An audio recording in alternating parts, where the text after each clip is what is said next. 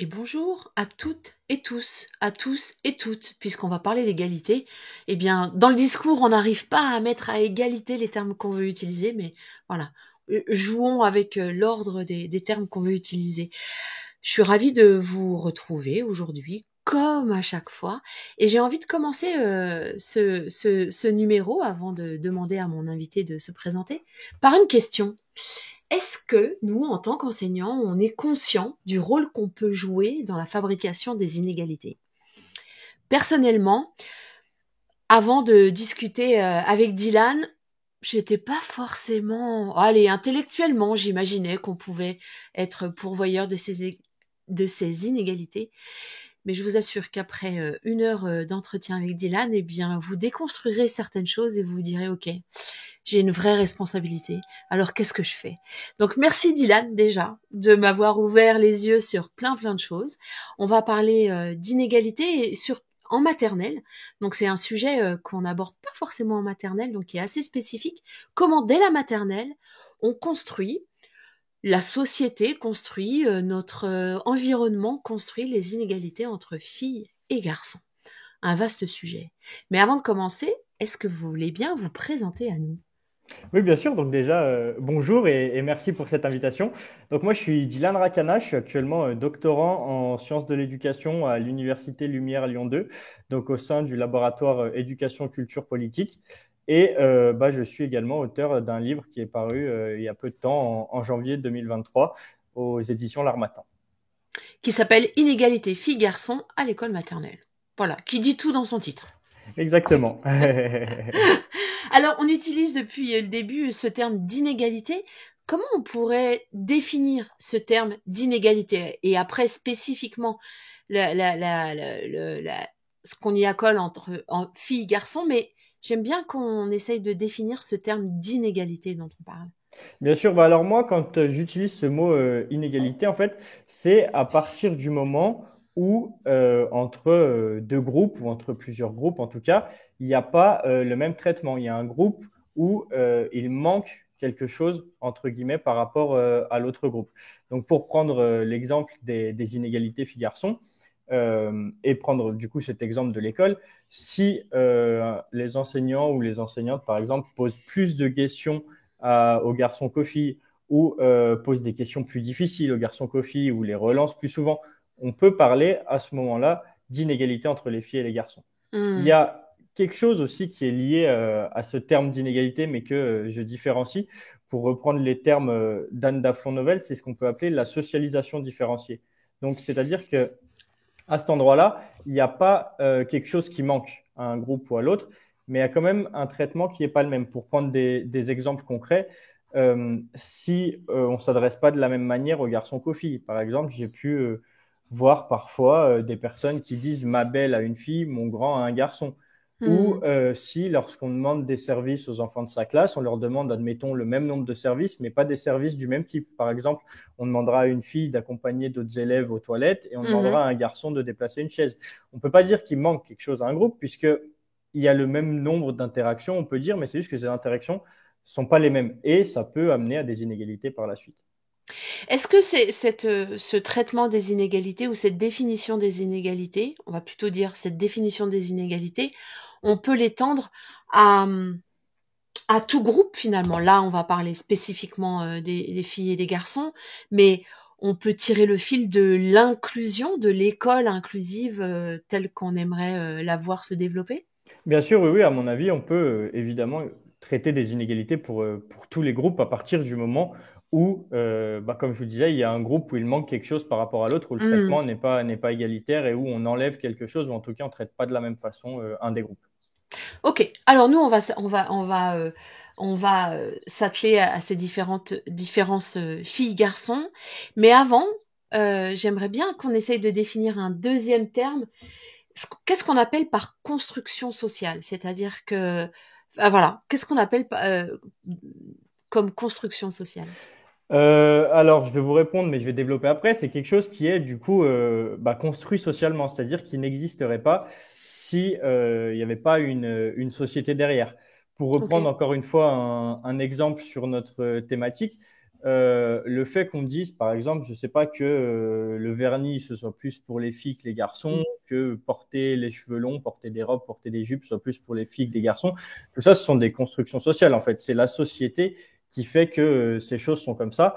Mais s'il n'y a pas cette société derrière, en fait, bah, on se rend compte qu'il n'y a rien qui empêche un garçon de mettre une robe, une jupe, de mettre du vernis, etc. Et ces constructions sociales sont pas nécessairement les mêmes selon les époques, selon aussi les lieux. Pour prendre encore une fois un exemple, le football, on peut partir du principe en Europe que dans l'imaginaire collectif, c'est plus un sport masculin. Aux Tout à fait. États-Unis, c'est plus un sport féminin. Donc c'est Ouais. pas ce qui montre que c'est construit par la société, vu que selon les endroits, c'est pas les mêmes choses en fait. C'est-à-dire qu'il n'y a pas, enfin, cette différence de traitement, c'est, oui, cette appropriation qu'on se fait de certaines choses, elle n'est pas liée à notre physiologie, je dirais, elle est liée à une construction, à ce qu'on y projette finalement, et donc une construction sociale. Est-ce que C'est c'est ça? c'est ça exactement. On n'est pas Hmm. né, si je puis dire, c'est pas dans nos gènes que bah, le foot c'est pour telle ou telle personne, les robes c'est pour telle ou telle personne. C'est un Hmm. construit social en fait. Ok. Et donc un construit social, eh ben, ça se déconstruit. Exactement. Et on est dans une période où on déconstruit beaucoup de choses et enfin, comment dire, ce qui peut faire polémique, hein, on voit bien que c'est compliqué d'interroger toutes ces constructions sociales. Jusqu'où on les interroge? Qu'est-ce que ça vient remettre en cause en chacun de nous, dans les rapports qu'on a les uns avec les autres? Alors, j'aime bien j'aime bien la douceur avec laquelle on peut le faire parce que y aller trop violemment, on voit que ça rebute les gens et ça leur fait vraiment vraiment peur parce que on enlève toute la construction sur laquelle ils se sont construits. Et si on n'a rien à ajouter, à remettre à la place, on voit bien quelle difficulté ça entraîne chez les personnes. Alors comme on n'est pas sur un endroit militant, on va laisser ça aux militants. On va essayer de faire l'état des lieux, si vous voulez bien, de de ce qu'il y a dans notre société, à l'intérieur de notre école, de ce qui, des pratiques qu'on a et qui illustrent cette inégalité fille-garçon. Bien sûr, ben, déjà, pour prendre un exemple, la première chose qui me vient en tête, en fait, c'est que officiellement, il y a des textes qui existent, notamment des conventions interministérielles, depuis les années 80, donc ça commence quand même à faire un petit moment, où on s'intéresse Hmm. à ces sujets d'inégalité entre les filles et les garçons. Si on veut faire un petit peu l'historique de ces conventions, en fait, initialement, ça n'a pas du tout été fait dans un but d'égalité, etc. En fait, c'était dans un but typiquement économique. C'est-à-dire qu'on s'est rendu compte à un moment qu'il y avait peut-être besoin de main-d'œuvre dans certains domaines, et c'est certains domaines où bah, il y avait beaucoup de garçons, mais les filles n'y avaient pas accès. Donc en fait, si on a D'accord. démocratisé ça et si on a ouvert ça aux filles initialement, et c'est écrit vraiment noir sur blanc dans les conventions, il y en a une qui commence en disant étant donné que les filles enfin, ne se dirigent pas en manque de main-d'œuvre. Donc c'est Hmm. vraiment quelque chose qui était assumé à l'époque. Et c'est comme ça que ça s'est fait en fait. C'était pour avoir plus de main-d'œuvre et pour un point de vue économique. Après, ça a évidemment évolué. Et à partir du début des années 2000, bah là, c'était vraiment dans un but égalitaire que ces Hmm. conventions ont été écrites et ont été appliquées. Après, il y a toujours, j'ai envie de vous dire, un décalage entre la théorie et entre ce qui se passe réellement sur le terrain, parce que depuis les années 80, du coup, depuis la toute première convention interministérielle, on nous parle de formation pour les enseignants sur cette thématique, ou en tout cas sur des thématiques connexes, que ce soit sur la thématique des inégalités, sur la déconstruction des stéréotypes, ou toutes ces choses-là. C'est écrit encore une fois noir sur blanc dans des textes officiels depuis les années 80. Moi, je suis actuellement en train de faire un travail de terrain pour mon travail de thèse. Donc, dans le cadre de mon ouvrage qui était une adaptation de mon travail de mémoire, j'ai pu interroger et également faire des observations dans une dizaine de classes avec une dizaine de professeurs. Et là, je suis actuellement en train de le faire avec une quarantaine d'enseignants en plus en maternelle. Donc, ça commence quand même à faire un petit nombre de personnes. Et si je mets tout bout à bout, sur ces 50 personnes, je pense qu'il y en a peut-être 5, 6 qui ont reçu une formation sur cette thématique de la part de Ok. l'éducation nationale. Donc on se rend compte qu'il y a vraiment un décalage et que oui, il y a des choses qui sont écrites officiellement, mais que l'application est toujours plus délicate. Parce que ce que je trouve intéressant dans ce que vous dites, c'est que intuitivement, euh, je vais parler de moi. Je me sentais parce que je suis plus en classe, je me sentais plutôt sensible à ces questions-là. Donc, intellectuellement, je me disais que je ne produisais pas ces inégalités. Et pour le coup, je trouve que la formation ou la lecture, qui fait partie de la formation, peut ouvrir justement sur des choses qui ne sont pas vraiment conscientes, qui sont intangibles et qui circulent bien malgré nous. Et je veux bien que qu'on fasse du coup l'état des lieux de ce qui circule bien malgré nous sur les murs de nos classes, sur la manière d'interroger nos élèves, pour que en face on se dise ah ouais effectivement je fais ça aussi ouais. Et ça peut construire des inégalités.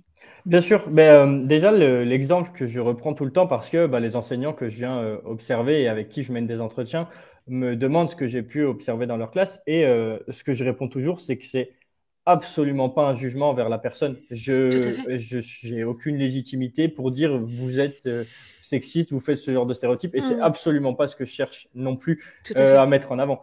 Et qui plus est, c'est un exemple que je prends aussi, un article, un chapitre d'ouvrage plutôt qui a été écrit sur des personnes qui ont eu pour objectif de créer une crèche vraiment non genrée, non stéréotypée. Et ben en fait, ces personnes se sont filmées eux-mêmes au sein de la crèche, alors que toutes ces personnes se revendiquaient militantes, étaient vraiment très Tout à fait. engagées. Et en se filmant elles-mêmes, elles se sont rendues compte que ces personnes elles-mêmes véhiculaient des stéréotypes. Donc en fait, il faut juste partir du principe que tout le monde véhicule des stéréotypes, parce que encore une fois, comme vous le disiez, c'est quelque chose à déconstruire, parce que ça a toujours été construit comme ça. Donc on a toujours baigné, entre guillemets, dans ces stéréotypes, donc on a toujours été imprégné et ça nous paraît naturel.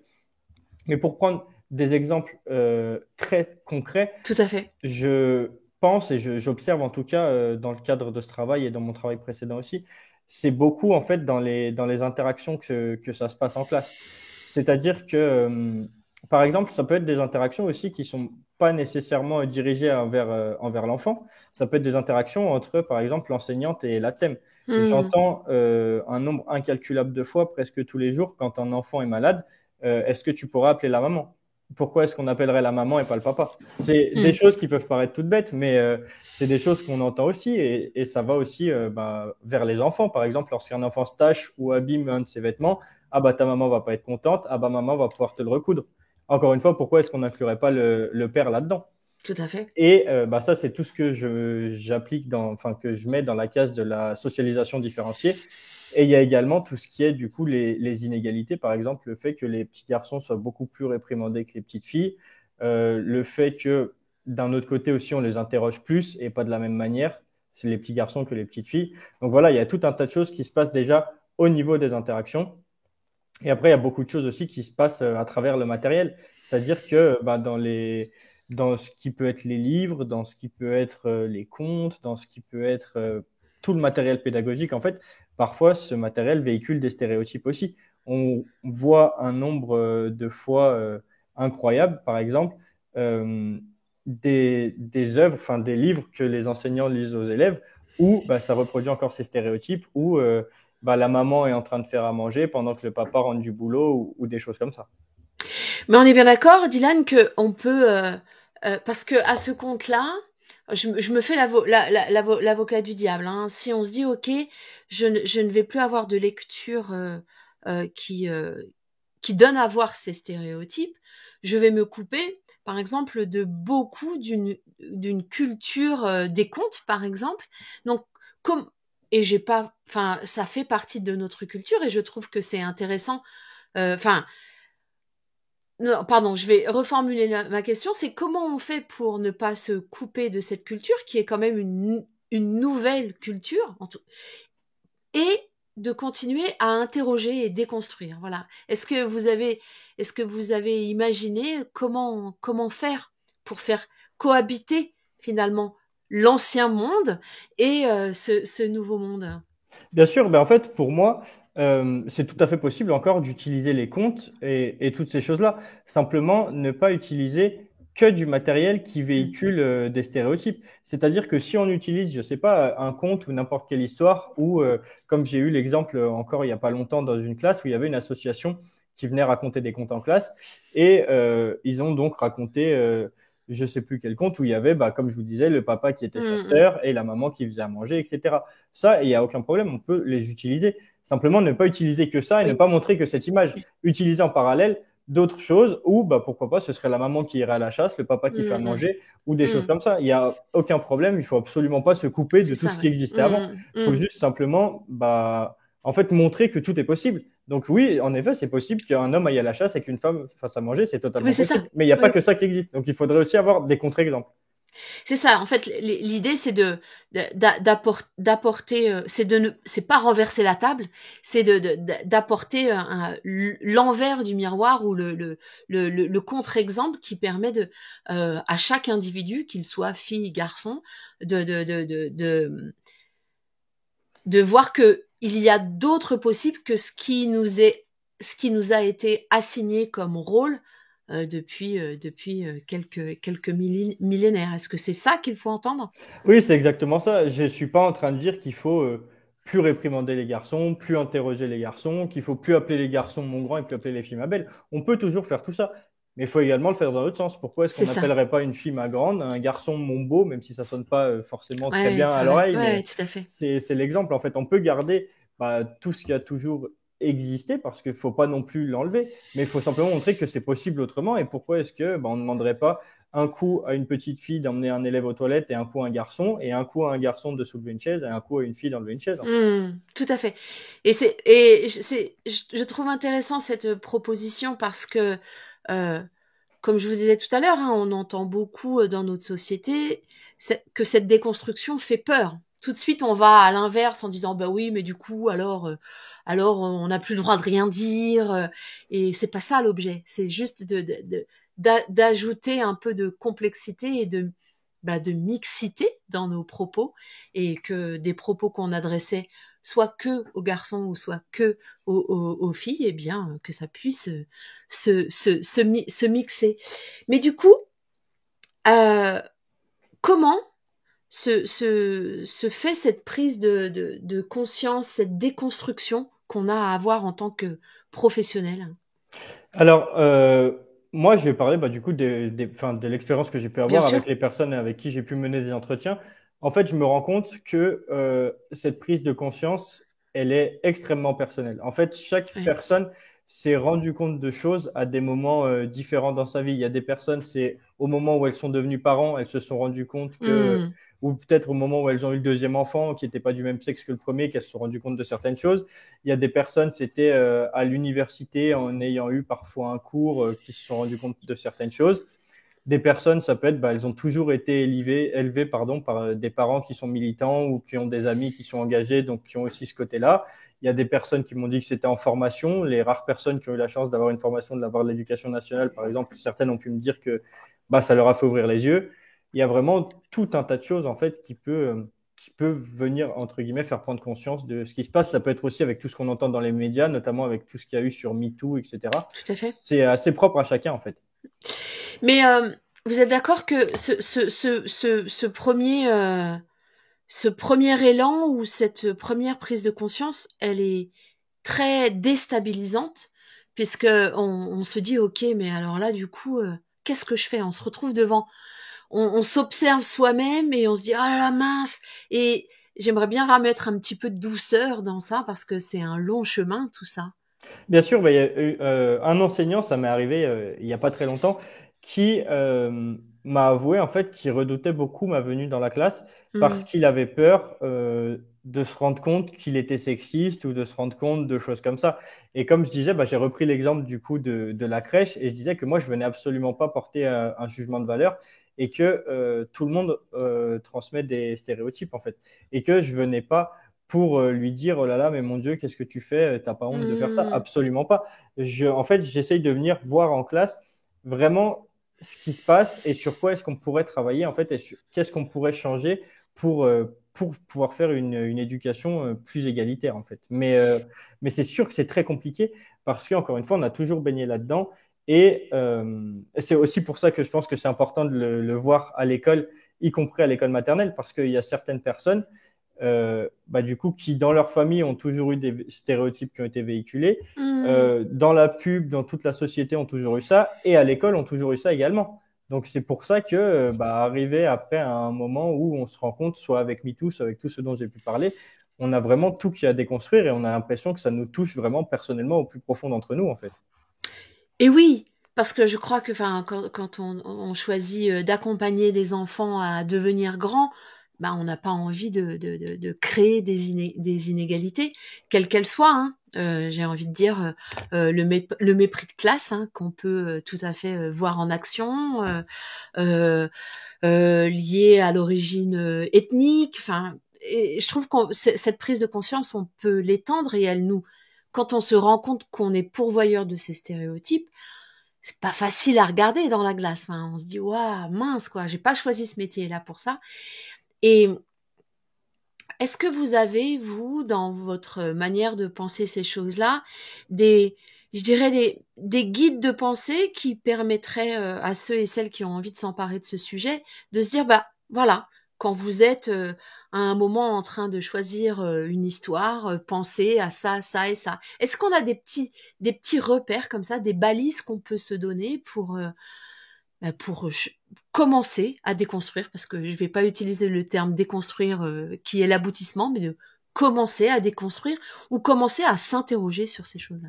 Bien sûr. Alors là, ce que j'ai envie de vous répondre, c'est pas nécessairement sur directement cette thématique des inégalités filles-garçons, mais c'est lié et c'est quelque chose que j'observe beaucoup aussi dans les écoles. À la base, je travaillais pas du tout là-dessus, mais c'est quelque chose dont je me rends compte. C'est tout ce qui est la question du consentement, en fait. Ah Et, oui. pour essayer de travailler là-dessus, en fait, j'en parle encore une fois avec les enseignants en leur disant que je leur reproche absolument rien et que je suis pas en train de dire que ils le font exprès ou quoi que ce soit. Mais en fait, ce qu'il faut essayer de se dire, je pense, c'est est-ce que si c'était des adultes, est-ce que j'aurais fait la même chose? Pour reprendre un exemple tout simple, pardon, il y avait lors d'un cours de danse une petite fille qui voulait pas danser avec un petit garçon Mhm. et l'enseignante lui a dit si tu veux pas danser avec lui, si tu veux pas qu'il te touche et que vous vous teniez la main, je t'emmène dans le bureau de la directrice. Mhm. Est-ce qu'on aurait dit à une adulte, si tu veux pas avoir de contact physique avec cet homme, il va t'arriver des problèmes. Enfin, c'est à ce Mhm. moment-là qu'on peut se rendre compte de choses. Un autre exemple que j'ai pu entendre, c'est dans le rang, encore une fois, une fille qui voulait pas donner la main à un garçon. Et l'enseignante lui a dit, s'il te plaît, force-toi, prends sur toi, parce que sinon il va être énervé et on pourra pas travailler. Encore une fois, Ah. est-ce que on se transpose ça au monde des adultes? Est-ce que si on avait demandé à une femme de se forcer à avoir un contact physique avec un homme pour pas qu'il s'énerve, comment est-ce que ça aurait été reçu? Mhm.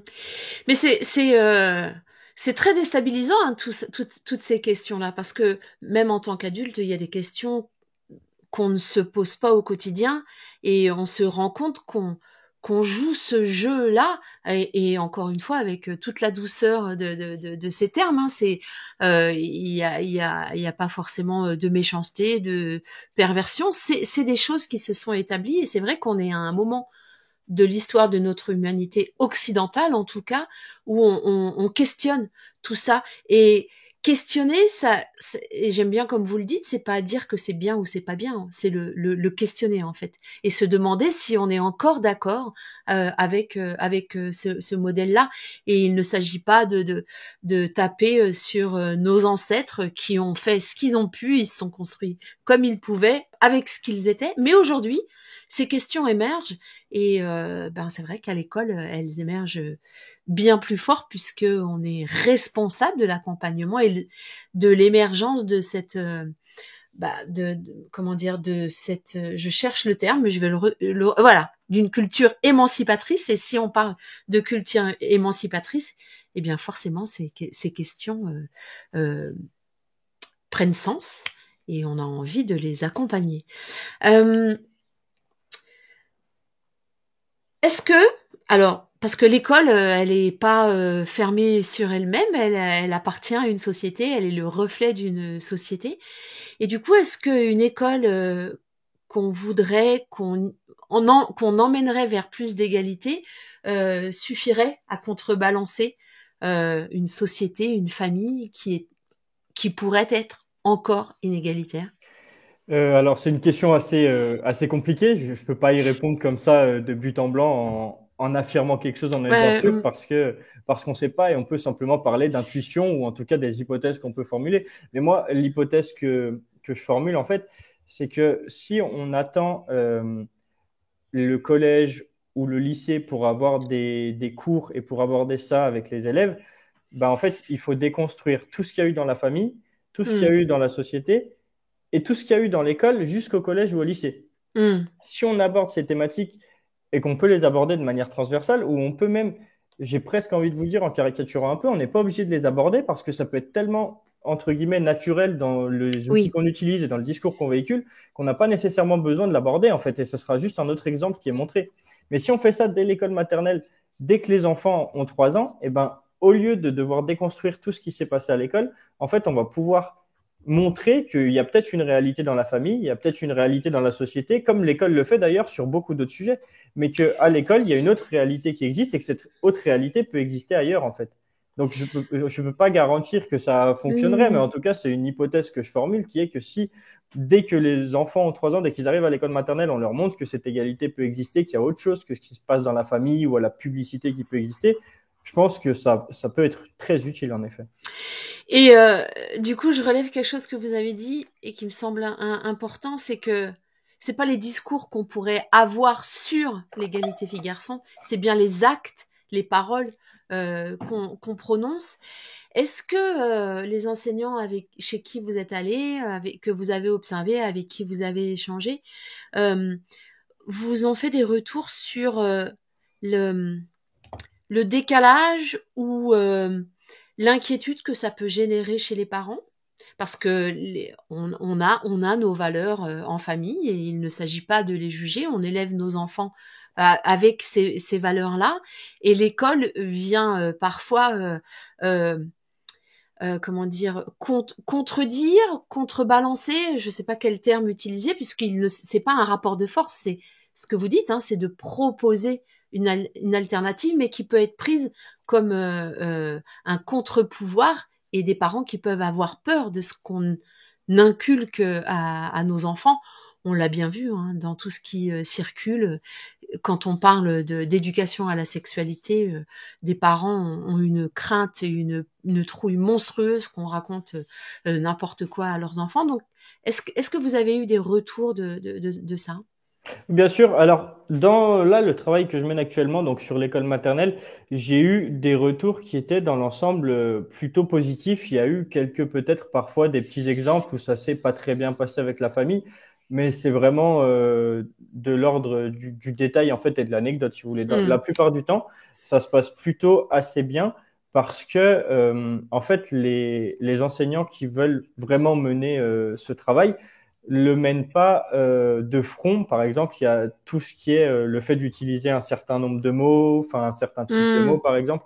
Par exemple, et encore moins à l'école maternelle, j'ai envie de vous dire, mais le mot genre peut être tout de suite beaucoup plus compliqué et peut mettre parfois tout à fait. certaines personnes sont totalement contre ce mot, quoi, avec tout ce qu'on a Mm, pu voir sur la pseudo-théorie du genre, la manif pour mm, tous, etc.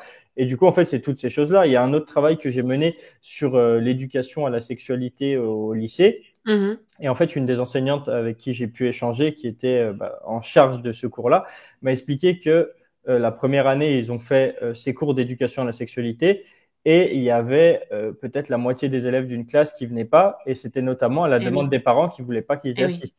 Du Mm, coup, ce qu'ils ont fait pour l'année d'après, ils ont ajouté d'autres thématiques, par exemple la thématique du sommeil, la thématique des addictions, etc. Et ils ont oui, appelé ça éducation à la santé. Du coup, d'accord. ils abordaient toujours ces questions d'éducation à la sexualité, mais c'était plus uniquement là-dessus et ils ont changé le vocabulaire en fait et ça a été mieux accepté par les familles. Et peut-être dans ce que j'entends, il y a quelque chose à donner à entendre, c'est que tout ce travail de prise de conscience, de déconstruction et d'installation d'autres habitudes et d'autres pratiques, c'est pas un, comment dire, c'est pas un travail militant. Il n'y a pas à convaincre de quoi que ce soit. C'est, comme vous le disiez tout à l'heure, hein, on chemine petit à petit et on apporte divers exemples. Il ne s'agit pas que d'apporter des exemples où les filles font des métiers que les garçons faisaient avant. D'apporter la diversité en fait. Oui, bien sûr, exactement, parce que pour prendre un exemple concret, si on dit à une petite fille qu'elle est obligée d'aller aider les autres enfants qui vont aux toilettes et qu'elle peut pas porter les chaises, ou si on dit à une petite fille qu'elle est obligée de porter les chaises, qu'elle peut pas accompagner les autres enfants qui Mm. vont aux toilettes, pour moi, le problème reste le même, en fait. Exactement. On lui a pas montré quelque chose de stéréotypé, mais on l'a quand même enfermé dans une case, et ça peut être pareil pour les petits garçons. Si on dit à un petit garçon de soulever une chaise et de faire uniquement ça, ou si on lui dit d'accompagner un élève aux toilettes et de faire uniquement ça, le problème est le même, il reste enfermé dans une case. En fait, faudrait simplement, et je pense que c'est le rôle de l'école, montrer que tout est possible pour tout le monde, en fait.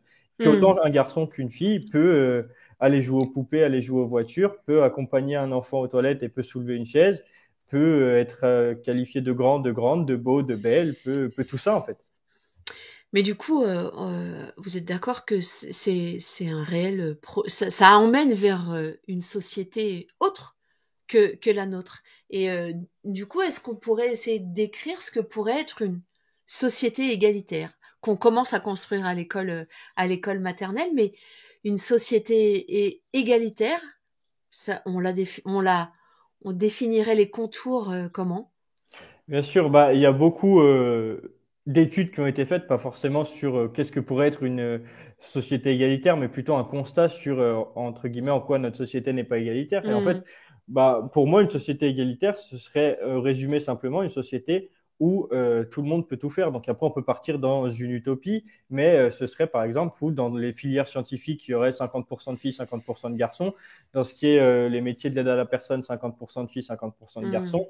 Ou en tout cas, si on n'arrive pas à 50-50 parce que c'est quelque chose qui n'est pas possible, qui n'est pas d'autocensure et qui n'est pas des personnes qui se disent ah ben non, ça c'est pas pour moi, comment est-ce que je vais être vu si je fais ça, c'est plutôt pour les filles, c'est plutôt pour les garçons. En fait, ce serait une société où tout le monde se rend compte qu'il est capable de tout faire. Après, chacun a ses goûts, chacun a ses capacités et bien sûr que ça jouera pas là-dessus, mais simplement qu'il n'y ait pas cette autocensure et qu'il n'y ait pas cette image de je peux pas faire ça parce que je suis un garçon ou parce que je suis une fille. Hmm. Et sur ce sujet de l'autocensure et du rôle spécifiquement du vocabulaire qu'on utilise, je conseille une lecture, moi, qui m'a un peu bouleversée, qui s'appelle Le cerveau pense-t-il au masculin?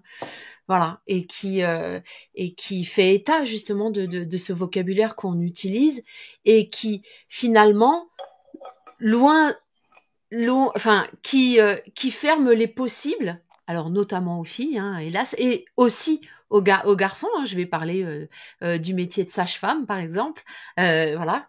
Pourquoi n'y a-t-il pas de garçons qui sont sages-femmes? Voilà, donc un livre qui, à mon sens, euh, complète votre approche et ce que vous nous proposez parce que il nous montre comment, encore une fois, bien involontairement, on transmet des choses et comment on peut en acte dans le vocabulaire qu'on utilise, même si des fois c'est pas très gracieux à l'oreille au début, et bien finalement on s'habitue et ça installe des choses chez nos enfants qui peut-être nous permettraient d'arriver à une société plus égalitaire. Euh, pour terminer, qu'est-ce que quand vous accompagnez des enseignants, que vous leur faites des retours sur les travaux que vous faites, sur l'analyse que vous en faites, est-ce que vous vous permettez de leur donner des conseils ou des axes de réflexion pour installer une culture plus égalitaire, alors filles-garçons, mais c'est valable sur plein d'autres sujets. Bien sûr, bah, comme je vous l'avais dit par rapport à tout ce qui est consentement, vraiment, Ouais. ce que je dis, c'est en fait, est-ce que si on avait transposé cette situation à des adultes, est-ce que ça aurait, entre guillemets, choqué ou pas? Et après, pour tout ce qui est de l'égalité au sens large, moi, en tout cas, l'hypothèse que j'ai, c'est que au-delà de faire des ateliers ponctuels, peut-être faire, je sais pas, une séance par-ci par-là sur l'égalité, quelle qu'elle soit, hein, d'ailleurs, ça peut être fille-garçon, mais ça peut être n'importe laquelle, c'est Tout à vraiment fait. dans la posture, en fait, et dans le discours, dans les interactions et dans ce qu'on véhicule, d'essayer de travailler là-dessus et d'essayer, entre guillemets, de montrer l'exemple, si je puis dire. Parce que si on fait une séance avec les élèves en leur disant les garçons et les filles peuvent tout faire et que juste après, il y a un enfant qui est malade et on lui dit je vais appeler maman, Mm. ça, c'est pas forcément ce qu'il y a de plus efficace. Et si je voulais aussi ajouter quelque chose, et c'est ce dont je parle aussi pas mal avec les enseignants, c'est qu'en fait, dans cette thématique de l'égalité filles-garçons, bah, comme on l'entend, c'est l'égalité pour les filles et pour les garçons aussi. Il y a beaucoup de Oui, choses qui sont démocratisées et dont on parle vis-à-vis des filles, mais c'est également bénéfique à tous les garçons et à tous les hommes. C'est-à-dire qu'il y a beaucoup de garçons à qui on véhicule, qui peuvent pas forcément montrer leurs sentiments, qui doivent être forts, qui n'ont pas le droit de pleurer, etc., etc., qui peut aussi être toute une forme de pression. Et pour prendre un exemple avec un enseignant avec qui j'ai pu mener un entretien, qui était le seul garçon du coup de son école, ouais. il m'a confié lors de l'entretien que, par exemple, lui, ça lui pesait quand il y avait un enfant qui était pas sage dans une autre classe, c'est chez lui qu'on l'emmenait et pas chez la Eh directrice oui. parce que c'est un garçon. Lorsqu'il faut lever la voix dans la cour de récréation ou des choses comme ça, c'est à lui qu'on le demande. Tout ce genre de choses aussi. Donc voilà, c'est vraiment pour montrer en fait que cette thématique de l'égalité filles-garçons, c'est autant profitable aux filles qu'aux garçons en fait. C'est vraiment profitable et souhaitable pour tout le monde. Merci de cette précision. Et du coup, je fais le lien avec un autre entretien que j'ai eu avec Edith Maruet-Jols, qui travaille sur la mixité dans les cours de récréation et qui mène tout un travail. Elle est géographe et elle mène tout un travail avec des équipes sur l'occupation de ces espaces collectifs. Et je rebondis sur ce que vous disiez sur le fait que les garçons, ben, ça profite aussi aux garçons, puisque certains garçons, par exemple, n'osent pas dire qu'ils aimeraient bien aller faire des trucs avec les filles, mais non, on va pas le dire parce que bah, ils ont pas du tout envie d'être traités de filles. Et donc, quand on abat un peu tous ces murs et qu'on repense cette mixité et cette égalité, eh bien, effectivement, ça profite autant aux filles qu'aux garçons. Donc, un vrai projet de société. Euh, J'espère que on arrivera au-delà des bruits et des choses très bruyantes qui font peur d'aller vers vers cette égalité qui n'est pas du tout une inversion du rapport de force, mais bien une égalité qui est valable pour tous les humains. Voilà. J'espère qu'au-delà de tout ce bruit, un jour, nous arriverons à cette société plus égalitaire, voilà, une humanité plus égalitaire finalement, un joli projet. Et merci beaucoup donc de cette inspiration. Je rappelle que si vous voulez aller plus loin dans la compréhension de ce que Dylan nous a partagé, allez lire son livre Inégalité filles-garçons à l'école maternelle. On mettra le lien dans la description de la vidéo. Et puis, je vous mettrai d'autres sujets, d'autres entretiens qui peuvent aller vous ouvrir les yeux là-dessus. Et allez-y tranquille, quoi. Hein. Ne culpabilisez pas. Allez-y tranquille. C'est déstabilisant, certes, mais le sujet est de se questionner. Merci beaucoup, Dylan. Merci beaucoup. Avec plaisir. Au revoir. Au revoir.